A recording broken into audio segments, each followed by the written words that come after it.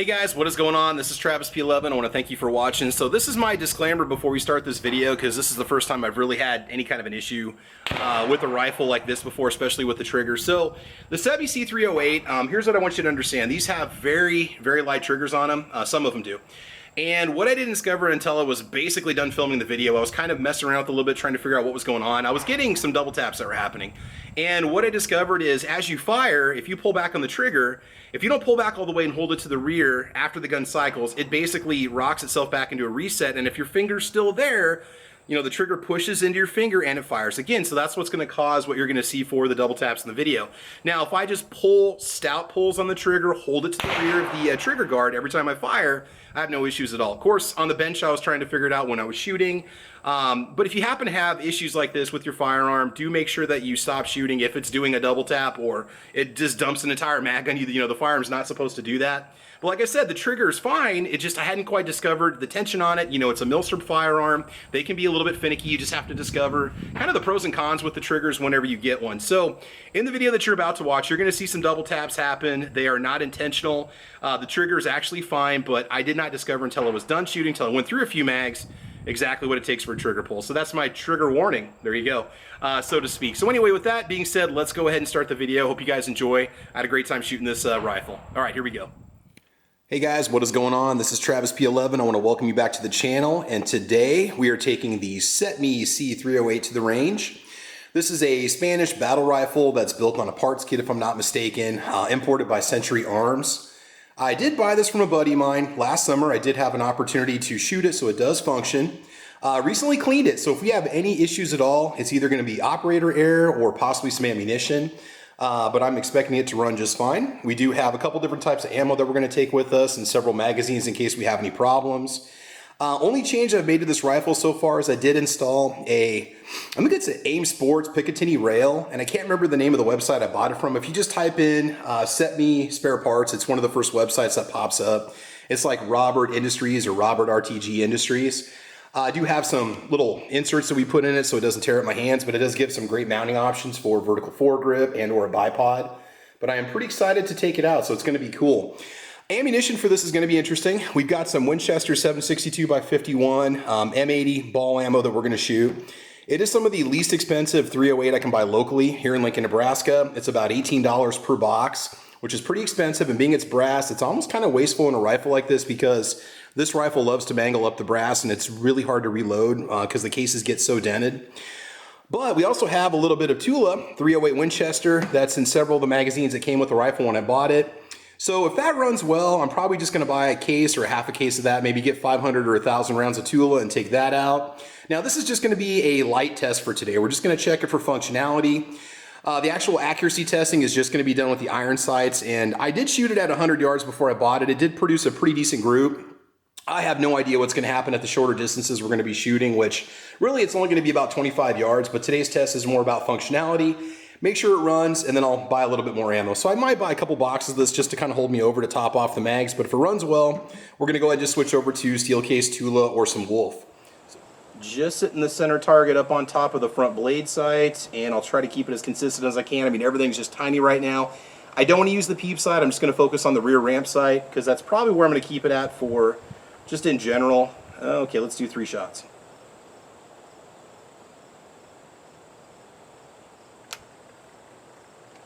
Okay, here we go.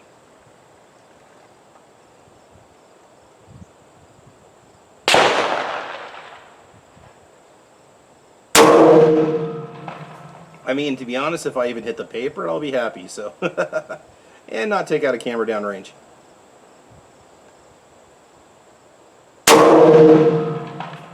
Whew, it's throwing up some dirt on the berm. Okay, we're going to move to the top left, and hopefully it stays on the paper. It does. I don't have a lot of room to move around because we're shooting at the corners, but we'll just see if we can keep it on the paper, okay? All right, here we go. Oh, we had a very light trigger on that one. Holy cow. Woo! Gotta make sure I'm a little more defined on the pull. There we go. Okay, we're gonna move to the top right. There we go.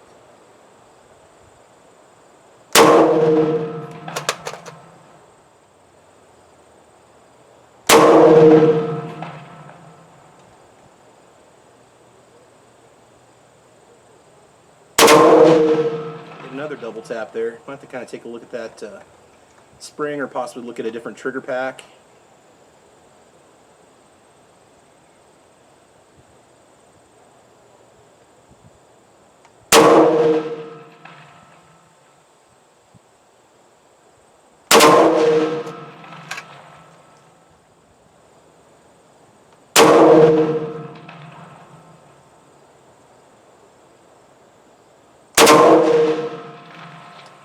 Okay, we'll go ahead and move over to the right target. We're going to go ahead and put the Winchester white box in it and see how that compares in terms of accuracy, just at 25 yards. But it's running. Trigger is incredibly light, so me letting off my finger and the recoil of the rifle is causing it to do the double tapping. The trigger is actually functional, but they're very, very light. So the rocking of the gun is actually causing it, well, it resets and it's going into my finger. When I'm standing up and shooting, that typically doesn't happen because I have a much more stout grip on the gun. All right, let's go ahead and move over to the right target.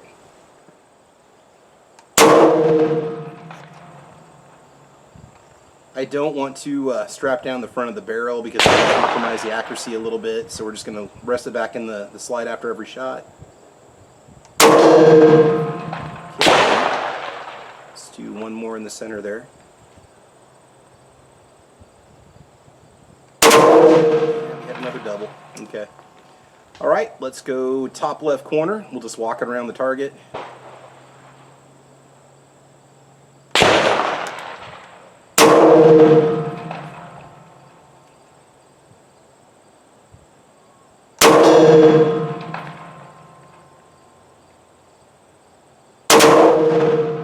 we'll go top right.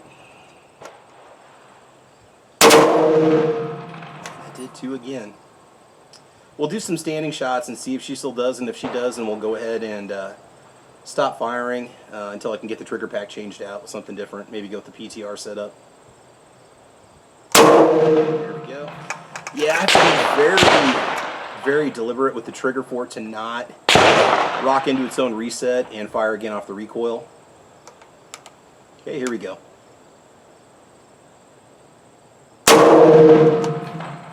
So if it looks like I'm jerking the trigger, I'm just getting off the trigger as quick as I can.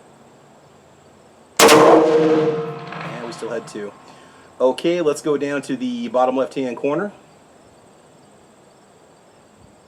And we had a double. Okay, last pull. And it happened again. All right, so let's just go ahead and investigate our shots here. So the first three shots where it did not do any kind of double tap issues, you can see I had a very nice, tight, consistent group at 25 yards. We're looking at about an inch, 3/4 of an inch. And again, it is shooting about 2.5 inches low, which means at 100 yards, it's going to be basically zeroed. So I don't want to mess with it. We went to the top left corner. I think I experienced a double tap on that situation where it rocked into itself and reset itself. Okay, 2-inch group. Top right, I think you can see where the two shots went off at, not the same time, but into itself. Okay, we had 1 3/4 inches right there. So this is that Tula ammo.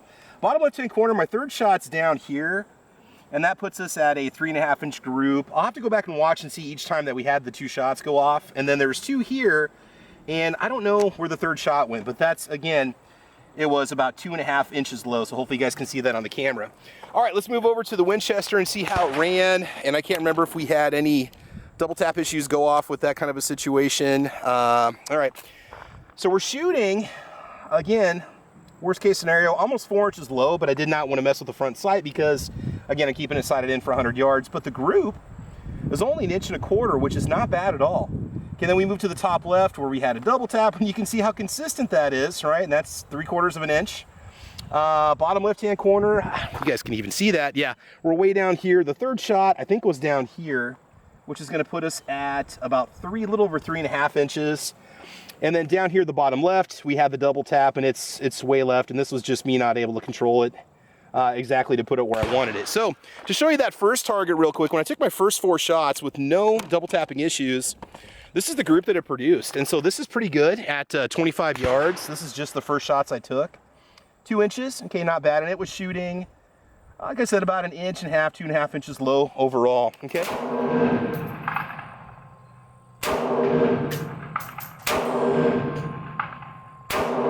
So I have to pull back with a pretty decent amount of force and hold it momentarily, otherwise it does bounce back into a reset and fire. Okay, so I went ahead and put a few more rounds down range off camera. I just wanted to make sure that there were no serious issues before I went home. What I discovered is you have to have deliberate, strong pulls of the trigger. You have to hold the trigger to the rear for a moment before you let go. You can't just fire and let go quickly. If you do, the recoil of it rocks into itself and resets and it can fire. But deliberate, strong pulls of the trigger and it will do single shots. It's really hard to mitigate that when you're on a lead sled. And so standing, you can see I had some issues. But I still think I'm going to replace the trigger pack. I've been told that the PTR 91 trigger packs are really good, so I think I'm going to go ahead and pick one up for it anyway, and I'm kind of looking forward to trying one of those. I got a friend that has one, and he's had great luck with it so far. Great rifles, you know, they're running about $700 to $800 right now if you can pick one up. You know, they were like $599, $600 when they first kind of showed up on the market. But anyway, it was a lot of fun to shoot today. It did produce the accuracy I was looking for at just 25 yards. At 100 yards, things might spread out a little bit, but it is a fairly tight group. Like I said, it was just shooting low, and that's something I can live with at 25. But otherwise, I think that's about it. We'll bring you a few more videos on the CETME. I do want to put an optic on it, but for now, like I said, trigger pack's probably the way we're going to go, and we will go from there. So anyway, I want to thank you guys for watching. Thanks for checking out the Travis P11 channel, and don't forget to check out my podcast called Caliber Corner, which we do Saturday mornings at 8 a.m. Central Time over on YouTube. We talk guns and ammo. But in the meantime, I want you guys to have fun. I want you to be safe, and as you know, we will talk to you soon. Okay, bye-bye.